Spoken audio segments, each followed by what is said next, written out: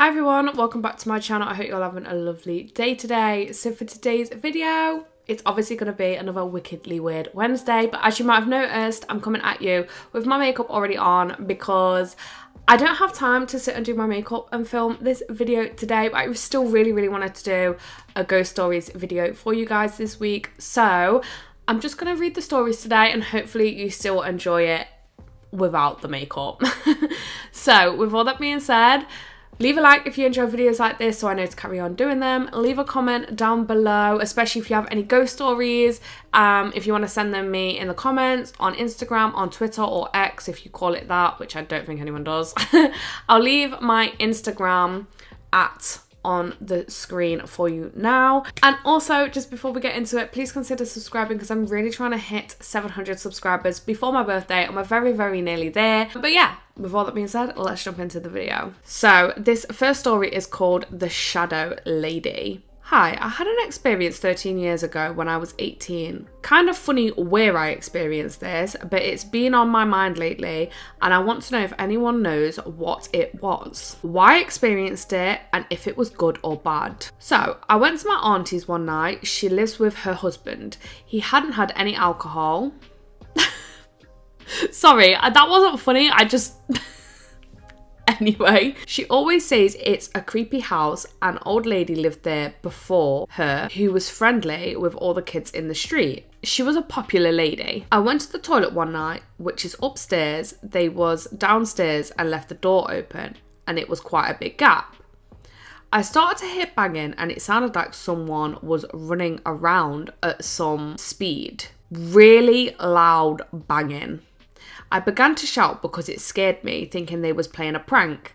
Then all of a sudden, a black shadow, as I could only describe as an old lady, side on. It had no features. Completely black. I could see an outline of her nose and a bun at the back of her head, and kind of wearing a dress. It slowly walked past, very slowly. I didn't look down, I was just fixed on the outline of its face and hair. It was completely black like a shadow.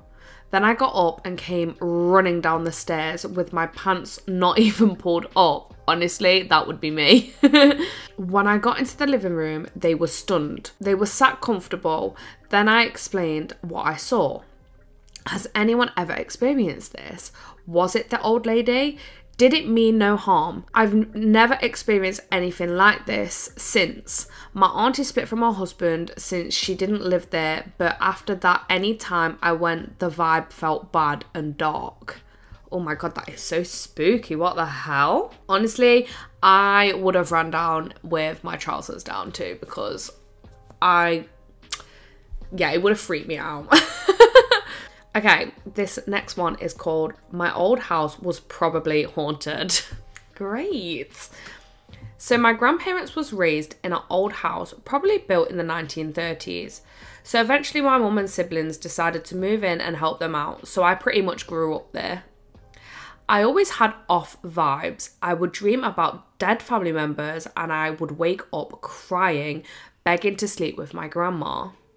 Eventually, after my mum had more kids, we grew out of the house, so we bought a house in our backyard and began moving in it in 2020. We had to tear down the old house while my brothers were playing in the old house, and as they went out the back door to come up to the new house, they heard a psst, like someone was trying to get their attention.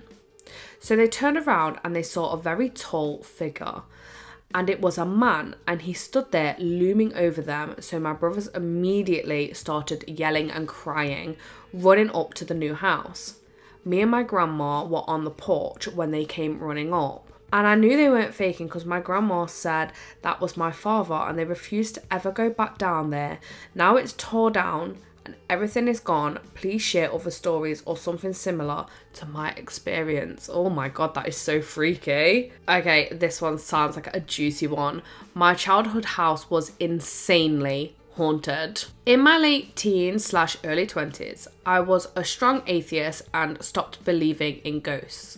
I have lived out of home for about 10 years. I used to wave away what happened with tricks of the light, people wanting supernatural things to happen, there would be some rational explanation. I feel like so many people do that, to be honest. Until it hit me. I have lived in 7 places since we sold my family home, and nothing has ever happened elsewhere.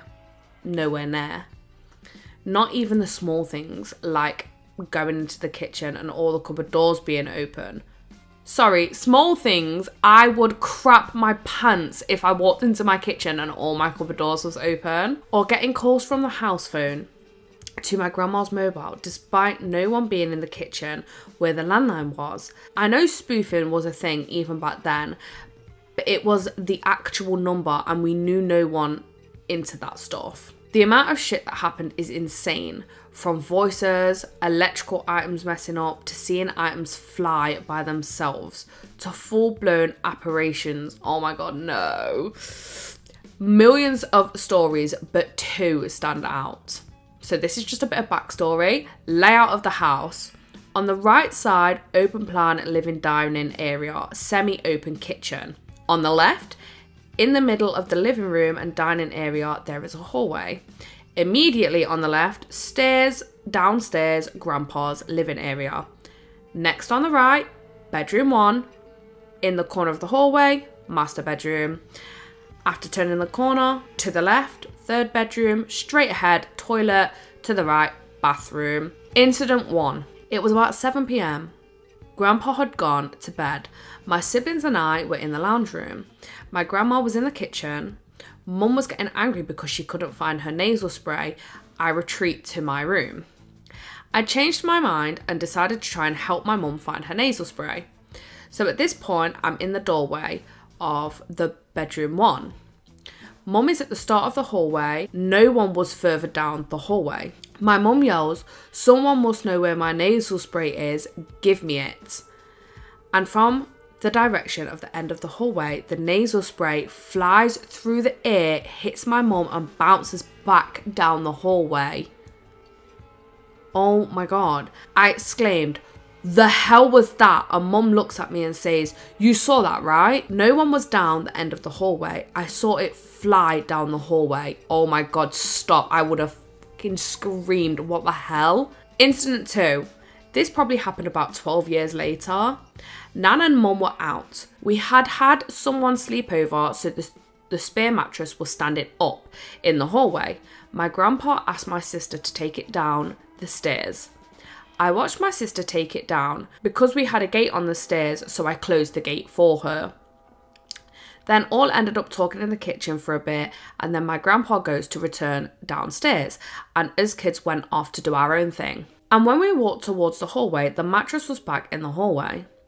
We stopped and looked at each other. I saw, bracket sister, take it down. My grandpa did not want to talk about it. Me and my siblings refused to be alone for the rest of the day. This one absolutely broke my brain for the few weeks, to be honest. I had a sick feeling whenever I thought about it. Yeah, I'm not surprised. The nasal spray one for me is the scariest one because it literally threw it at your mom. I don't even know what I'd do. The mattress one is just creepy. Like, why are you being mischievous? Like, just leave it. Like, it's hard enough to move a mattress as it is. Oh my god. Thank god you don't live there anymore. Jesus. Okay, so I think I'm going to do 2 more. So this video is not going to be quite as long, but yeah. So this next one is called Haunted Apartment. It says, disclaimer, this is not my story, so take it with a grain of salt. It is, however, a family member's, and there were multiple witnesses. I believe it to be true, but keep that in mind for anonymity, why was that so hard for me to say, purposes. All the names have been changed. Said family member of mine, B, moved to an apartment with her boyfriend, Carl. Ever since they started living there, they had an odd feeling about the place. Both B and Carl claim that one of the rooms in the flat was overwhelmingly cold. This was in one of the hottest cities in Europe, mind you. This will be relevant later. One night, Carl was alone in the flat. He reported hearing voices that sounded terrifying. When inspecting the place, he looked past a mirror in the cold room. There he saw a girl in a white gown. She said something to him, but I don't recall exactly what it was. along the lines of, "Please don't hurt me." Obviously, he started freaking out, called B to tell her to come home. When she did, he told her what he'd seen. Although she was creeped out, she brushed it off. A few months later, one of B's dearest friends came to visit along with her boyfriend, Steve. Steve was a self-proclaimed medium, although B had no knowledge of this at the time. They had a few coffees in the living room and all was well. Out of nowhere, Steve turned pale white. He seemed very out of it and couldn't keep up with the conversation, the way he had been doing just moments earlier. His eyes fixated on a corner of B's living room. B noticed his change of demeanour and worried she might have said something wrong, and asked him what was up. Steve was very adamant about not telling her, saying it was nothing and she shouldn't worry. She's quite hospitable and doesn't like people feeling uncomfortable in her home. So she asked a few more questions along the lines of, "Don't you like the coffee?" After a bit of interrogation, Steve caved and he explained that he's a medium and has a history of seeing ghosts.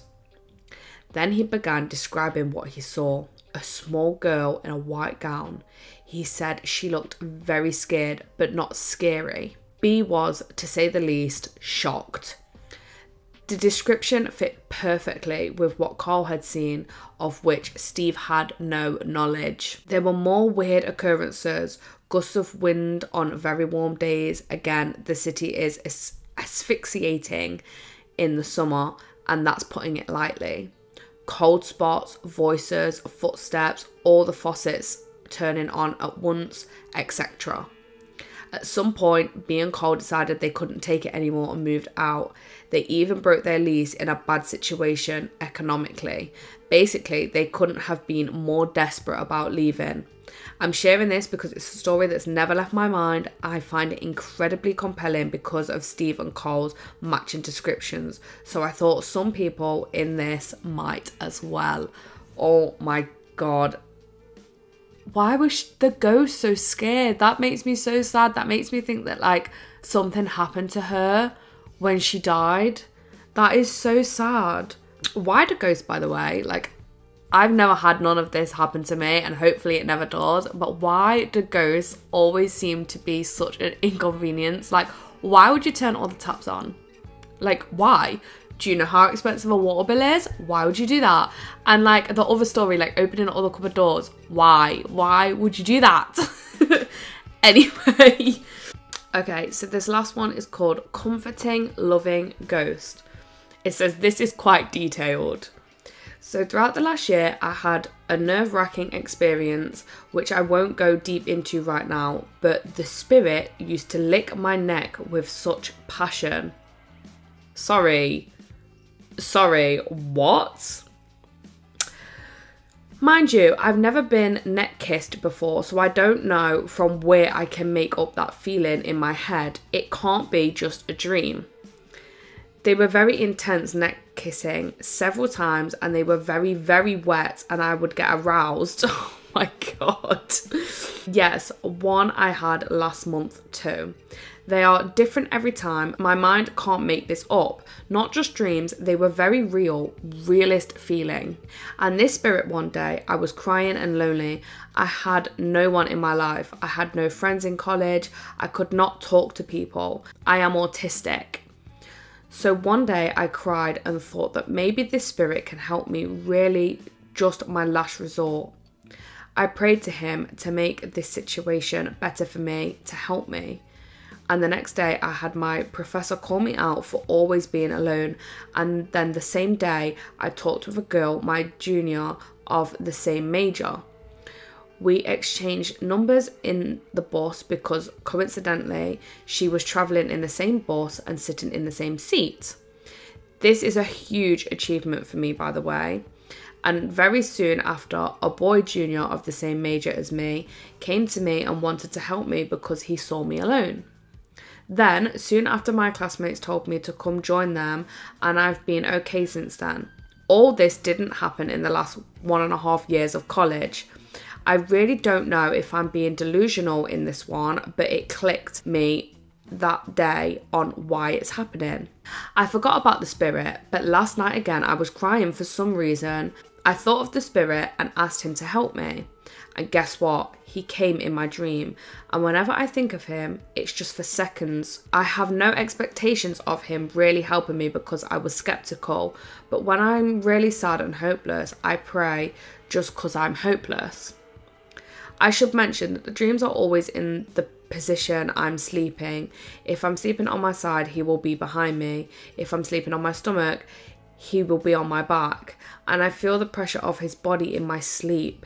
It's not a lot, which is kind of hot lol. I don't think this can be a coincidence. So last night he came in my sleep. I was holding his hands, I was holding on my stomach, and he holding hands in that position. When I remembered it, and I was filled with tears on how comforting and loving it was. I can't believe it happened. First we were just holding hands, then we were interlocked fingers and adjusting the holding according to comfort and tightly held hands. In the dream, I was aware of who it was and what was happening. I was very happy and feeling loved and safe and like someone really cared for me. I wanted him to not go. I can't explain, but it felt so comforting. He came to comfort me. The hand holding, oh my God, I really love him.